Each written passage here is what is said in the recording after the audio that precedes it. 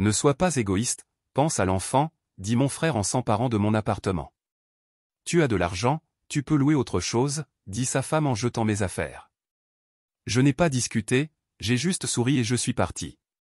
48 heures plus tard, leur visage quand j'ai changé la serrure était inoubliable. Ma grand-mère me disait toujours que les promesses familiales étaient sacrées, que le sang l'emportait toujours sur tout, mais quand je suis revenu à Madrid après un voyage d'affaires et que j'ai trouvé mon frère vivant dans mon appartement, j'ai su que c'était un grand mensonge.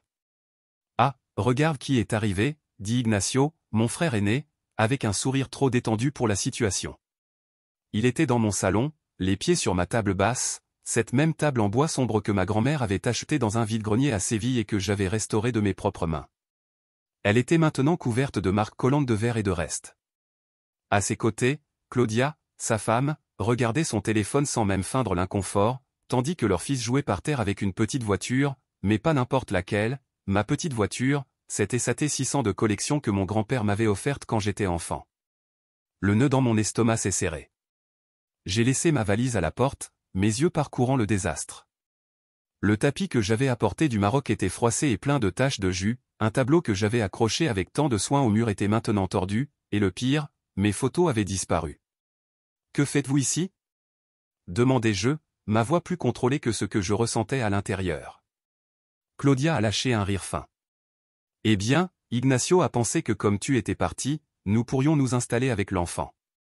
C'est difficile de trouver quelque chose de décent, et comme c'était la maison de grand-mère, c'est comme ça qu'il l'appelait, comme si le testament n'existait pas, comme si mon nom n'était pas sur les papiers. S'installer, répétai-je avec incrédulité. Ne sois pas comme ça, dit Ignacio, se levant avec une expression d'agacement. Grand-mère a toujours voulu que cette maison soit pour la famille et tu es seul, tandis que nous avons un enfant. Tu as vraiment besoin de tant d'espace. La rage m'a envahi comme un feu. Grand-mère m'a laissé cet appartement dans son testament, lâchai-je, les dents serrées. Ce n'est pas de la famille, c'est à moi. Ignacio soupira dramatiquement et secoua la tête. Ne sois pas égoïste, Lucia, pense à l'enfant. Ça ne peut pas être, ils ne volaient pas seulement ma maison, ils essayaient aussi de me faire sentir coupable. Comment avez-vous eu le culot de déménager sans rien me dire ? Demandai-je, sentant la chaleur monter à mon visage. N'exagère pas, répondit-il en me regardant avec condescendance, nous sommes juste ici jusqu'à ce que nous trouvions quelque chose de mieux. Je regardais autour de moi, ressentant un mélange de dégoût et de désespoir. Ils s'étaient non seulement installés ici, mais avaient aussi changé des choses, comme s'ils essayaient d'effacer mon existence. La plante de la bande que j'avais dans la cuisine avait disparu, remplacée par un pot de lait en poudre pour bébé. La couverture que ma grand-mère m'avait tricotée, celle avec des tons bordeaux et bleus, n'était plus sur le canapé. À la place, il y avait une horrible couverture en synthétique pleine de petits oursons. Ils me remplaçaient dans ma propre maison. Claudia se leva, les bras croisés avec agacement. Si tu étais une personne généreuse, nous n'aurions pas cette conversation.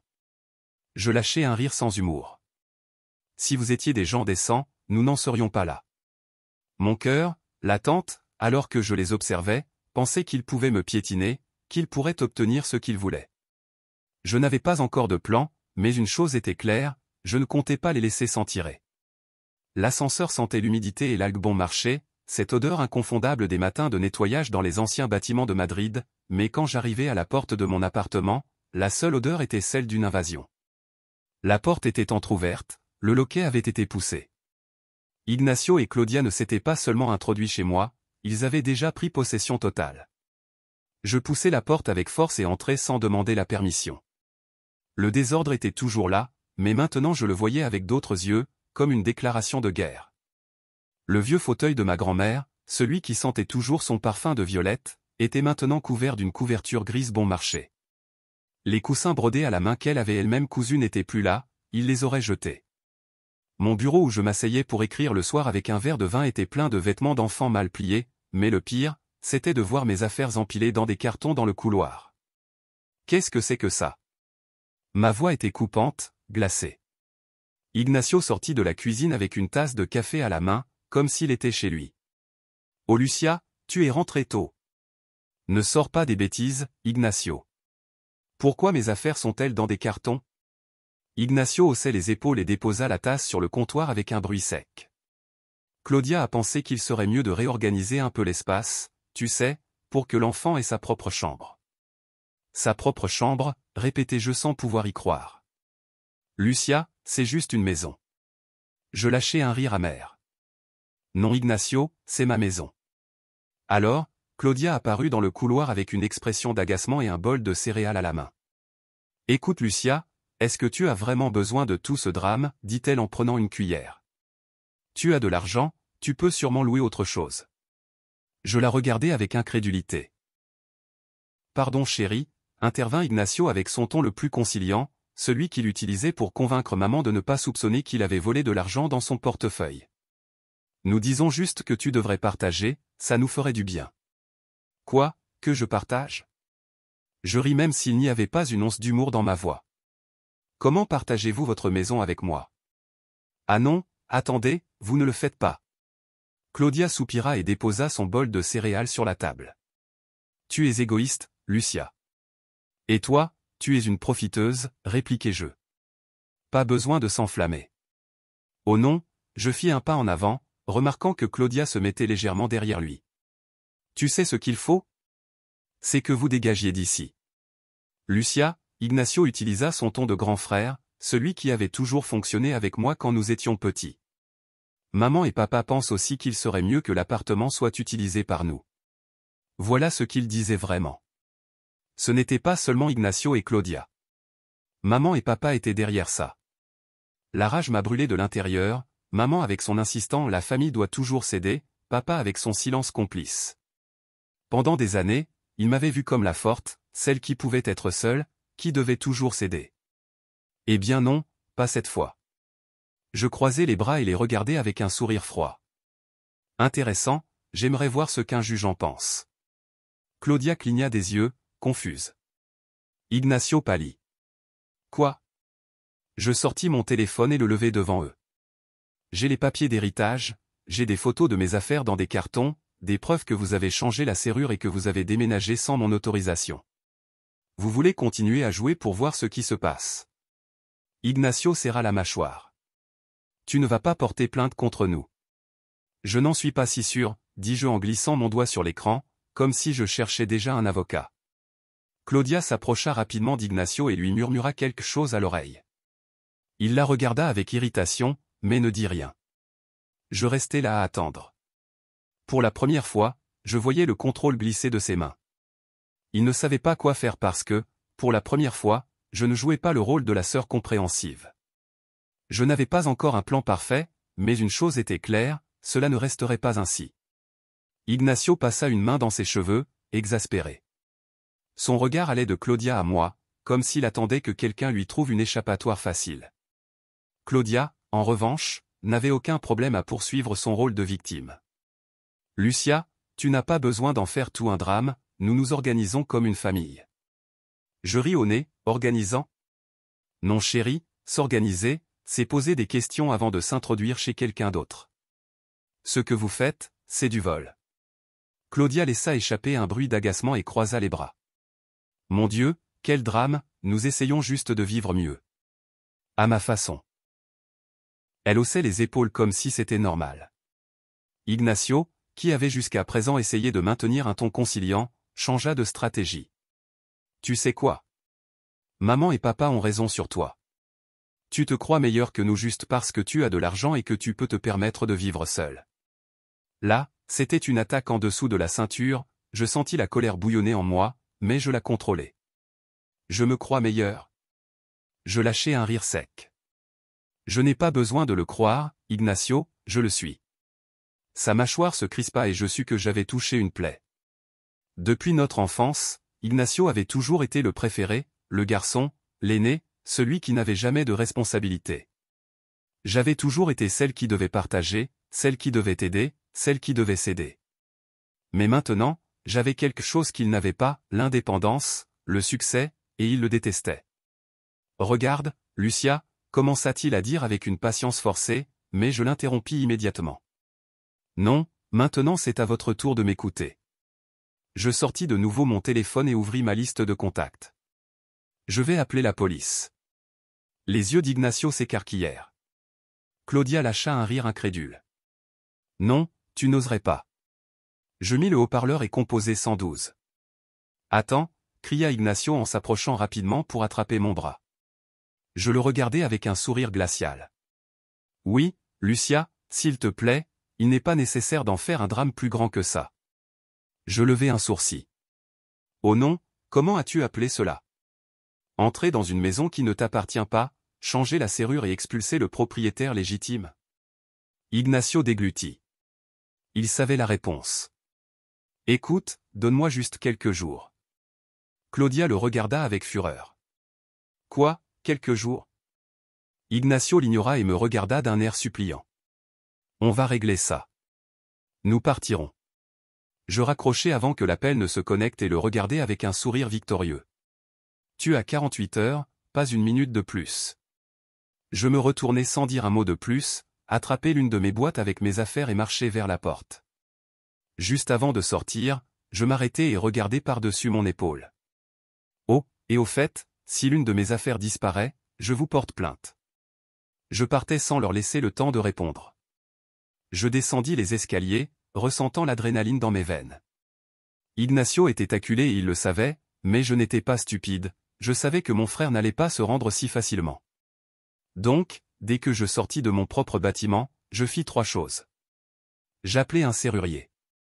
Je ne laisserai pas cela se reproduire. Si Ignacio ne s'en allait pas dans 48 heures, ce serait à moi de changer la serrure.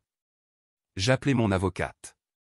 Oui, j'avais une avocate, parce qu'à la différence de ma famille, je pensais à long terme.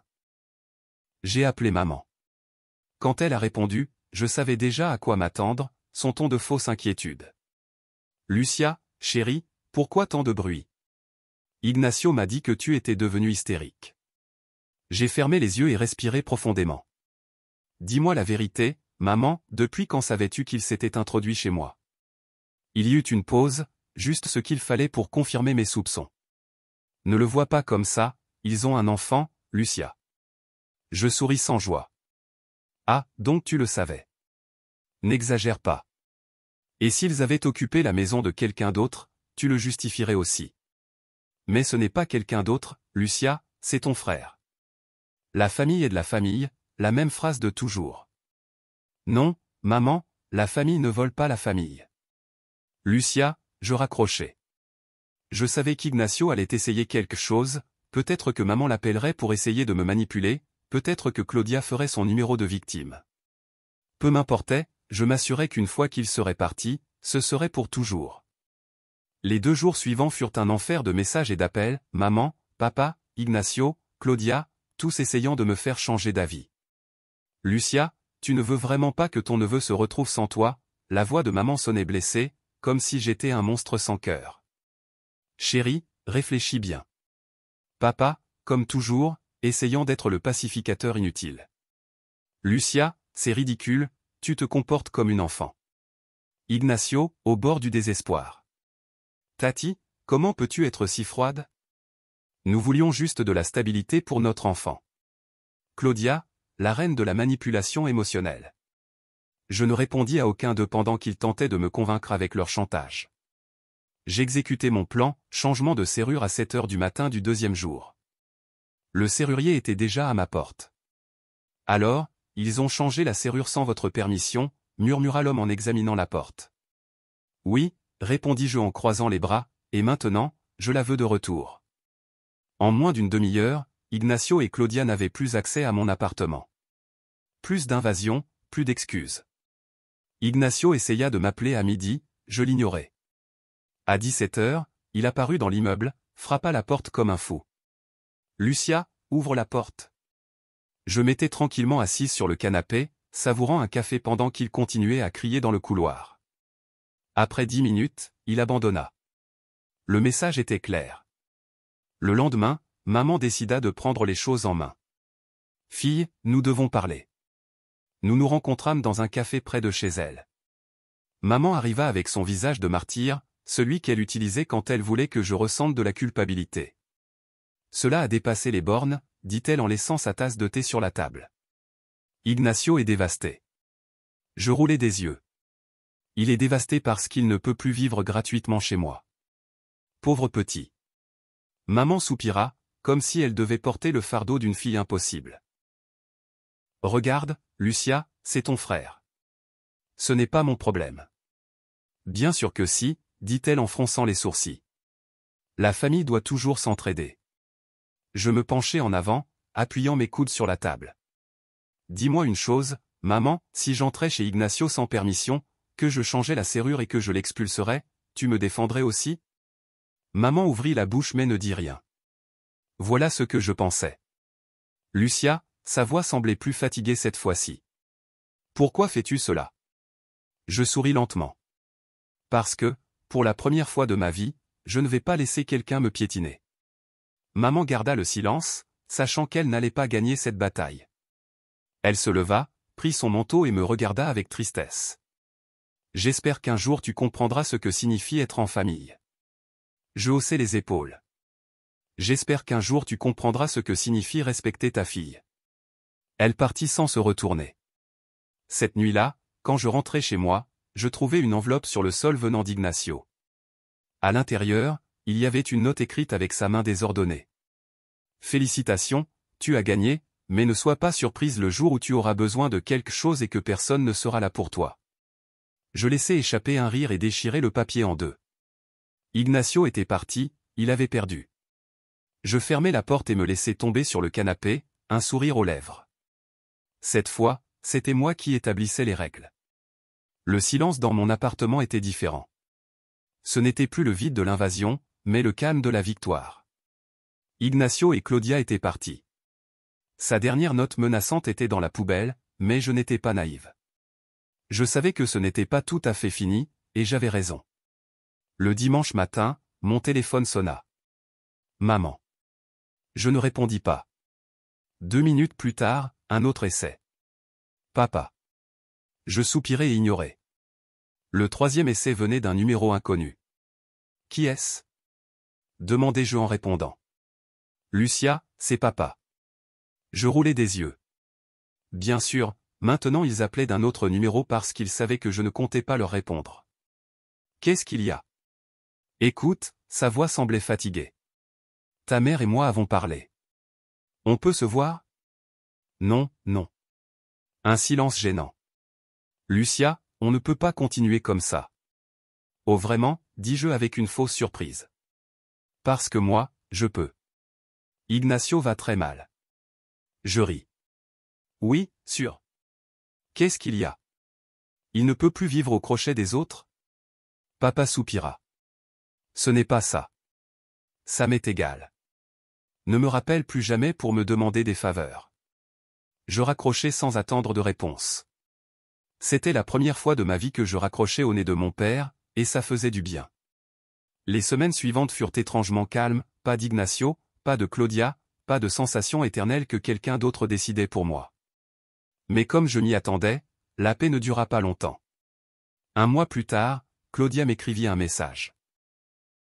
Lucia, je sais que tu es fâchée, mais Ignacio est déprimé, il n'est pas le même. On pourrait parler? Je restai à regarder l'écran, ne sachant pas si je devais rire ou simplement la bloquer. Déprimé? Bien sûr, déprimé, parce que sa vie de confort à mes dépens était terminée. Au lieu de répondre, je fis quelque chose de mieux, je bloquai son numéro. La vérité gagne toujours. La dernière chose que je sus d'Ignacio, je l'appris grâce à une cousine lors d'un repas de famille des mois plus tard. Son plan de trouver un meilleur endroit avait échoué. Sans mon appartement gratuit, lui et Claudia durent louer un petit appartement en périphérie, loin de leur vie idéale dans le centre de Madrid. Et le meilleur de tout, c'est que Claudia l'a quitté. Elle dit qu'elle en avait assez qu'Ignacio ne fasse rien, lâcha ma cousine en remuant son café. Elle est partie avec l'enfant et lui a demandé le divorce. Je souris et bus une gorgée de vin. Karma. Papa et maman essayèrent d'apaiser les choses avec le temps, mais ce n'était plus pareil. La distance entre nous n'était pas seulement physique, elle était émotionnelle. Je n'étais plus la fille docile qui disait oui à tout, et ils ne savaient pas comment gérer cela. Avec le temps, ils finirent par cesser d'insister. La dernière fois que je vis Ignacio, ce fut par hasard, des mois plus tard. Je passais devant un café et là, il était, le portable à la main et le regard perdu. Il me vit, je le vis. Nous ne nous saluâmes pas, nous continuâmes simplement nos vies. parce qu'il ne faisait plus partie de la mienne. Le soleil de Madrid illuminait doucement ma fenêtre, éclairant chaque coin de ma maison. Oui, maintenant, elle était seulement à moi. Plus de jouets traînés, plus de meubles déplacés, plus d'un truc qui décidait pour moi. Je marchais dans le salon avec ma tasse de café, savourant le silence, un silence différent. Avant, cela se sentait vide, comme s'il manquait quelque chose. Maintenant, en revanche, c'était la liberté. Je m'assis sur le canapé et ouvris mon ordinateur. J'avais quelque chose en tête. Depuis quelques jours, un post sur Reddit, mon histoire. Je l'avais écrite la nuit précédente, mais je n'osais pas la publier jusqu'à présent. Mon frère et sa femme m'avaient volé mon appartement parce qu'ils en avaient plus besoin. Quand je les ai expulsés, ma famille m'a traité comme la méchante de l'histoire. Maintenant, mon frère est ruiné, sa femme l'a quitté, et mes parents essaient de se rapprocher comme si de rien n'était. Ils me traitent de froide, disent que la famille est la chose la plus importante, que je dois être plus compréhensive. Mais pourquoi suis-je toujours celle qui doit comprendre? Pourquoi ne le font-ils jamais? Je devrais les pardonner ou les couper définitivement de ma vie. Je relus la question plusieurs fois. Vraiment, je le voulais. Je fixais l'écran en pensant que papa m'avait envoyé un message l'autre jour. Lucia, nous pouvons parler. Ta mère est inquiète. Inquiète de quoi? De ce qu'Ignacio est ruiné? De ce que Claudia l'a quitté? De ce que son fils doit vivre dans un appartement modeste et pas dans le mien? Non, parce qu'il m'avait fait du mal, non parce qu'ils se sentaient coupables. Parce que pour eux, je n'étais utile que tant que je pouvais leur donner quelque chose. Je pris une profonde inspiration et baissai les yeux sur le clavier. Mon cœur battait la chamade. Ce que je déciderais maintenant marquerait le reste de ma vie. Je pouvais les ignorer pour toujours, leur donner une autre chance, me venger. Je me mordis la lèvre. La question restait là, le curseur clignotait. Je ne savais toujours pas quoi faire, alors je pressais sur « Publier ». Il ne me restait plus qu'à attendre. Je me installai confortablement sur le canapé, bus une gorgée de café et ouvris les commentaires. Que feriez-vous à ma place? Je me réveillais avec le son de centaines de notifications. Mon post sur Reddit avait explosé en popularité. Des milliers de personnes commentaient, donnaient leur avis et analysaient mon histoire comme s'il s'agissait d'une série télévisée. Mais ce qui me surprit le plus, ce furent les commentaires qui n'étaient pas de mon côté. Je ne sais pas, Lucia, je comprends que ton frère a mal agi, mais devait-il vraiment se retrouver à la rue avec son fils? À la fin, c'est de la famille. La maison appartenait à grand-mère et ils étaient tous les deux ses petits-enfants. Ça ne semble pas très juste que tu sois la seule à la garder. Ignacio ne méritait rien. Je ne dis pas que ton frère est un saint, mais changer les serrures et les expulser en 48 heures, ce n'était pas un peu trop? À la fin, cela t'aura coûté cher. Pareil, tes parents soutiennent Ignacio. Apparemment, quoi que tu fasses, tu ne gagneras jamais. Ce dernier commentaire me frappa plus que je ne l'avais prévu, car il avait raison. Je fermai les yeux et respirai profondément. Mes parents avaient toujours été du côté d'Ignacio. Depuis que nous étions enfants, il était le fils aîné, celui qui faisait sourire ma mère et mon père avec fierté lors des réunions de famille, celui qui recevait des mots d'encouragement quand il échouait, celui qui n'avait jamais eu à prouver qu'il méritait de l'affection. Moi, à l'inverse, je devais le mériter. Si j'avais de bonnes notes, c'était le minimum que l'on attendait de moi. Si j'avais des problèmes, c'était parce que j'étais trop sensible. Si j'avais besoin de quelque chose, il y avait toujours des choses plus importantes à considérer. Et avec ma grand-mère paternelle, tout était différent. Elle fut la seule à me donner une place, peut-être parce qu'elle savait aussi ce que c'était d'être laissée de côté. Maman ne l'a jamais beaucoup aimée. Elle ne s'entendait pas. Je suppose que dans sa tête, j'étais la petite fille de la belle-mère, pas sa propre fille. C'est alors que la grand-mère était là pour moi quand mes parents ne l'étaient pas. C'était elle qui m'a appris à cuisiner, à prendre soin des plantes, qui me racontait des histoires de sa jeunesse à Séville pendant que nous buvions du chocolat chaud en hiver. C'est pourquoi elle m'a laissé sa maison. Ce n'était pas une question de favoritisme, c'était une question d'amour. Mais lorsque l'héritage fut lu, mes parents le considérèrent comme une injustice. Est-ce que la grand-mère n'a pas pensé à l'avenir d'Ignacio? Tu n'as pas besoin de tant d'espace, Lucia, ne te mets pas dans cet état. Tout cela remonta à moi en relisant les commentaires sur Reddit, et je réalisai quelque chose que je n'avais jamais voulu admettre. Oui, j'avais de la colère contre la façon dont il m'avait traité. Oui, j'en avais assez d'être toujours celle qui devait céder. Mais par-dessus tout, oui, j'étais jalouse d'Ignacio. Je l'ai vu dans un commentaire et j'ai failli jeter mon téléphone par terre. Lucia, je sais que ton frère t'a maltraité, mais as-tu déjà considéré que ta colère n'était pas seulement pour cette situation? On dirait que tu passes toute ta vie à vouloir que tes parents te voient, qu'ils te choisissent, ne serait-ce qu'une fois. Mais ils ne l'ont jamais fait. Ne serait-ce pas que, en partie, ta colère vient de là? Oui, c'était ça. J'avais toujours espéré qu'au moins une fois, mes parents me défendraient, qu'ils diraient « Lucia a raison, c'est à elle », qu'ils ne se mettraient pas automatiquement du côté d'Ignacio. Mais ils ne l'ont jamais fait, et j'avais passé des années à nier à quel point cela me faisait mal, feignant de ne pas m'en soucier et me convainquant que je n'avais pas besoin de leur approbation. Mais si cela ne me concernait vraiment pas, pourquoi cela me faisait-il si mal? Je frottais mon visage avec mes mains, je n'avais pas de réponse. Devrais-je parler à mes parents de ça? Cela en valait-il la peine? Ou mieux encore, est-ce que je voulais vraiment encore avoir une relation avec eux? La question flottait dans mon esprit alors que je regardais l'écran. Mon post continuait à accumuler des commentaires, mais cette fois, je n'étais pas sûr de vouloir continuer à lire.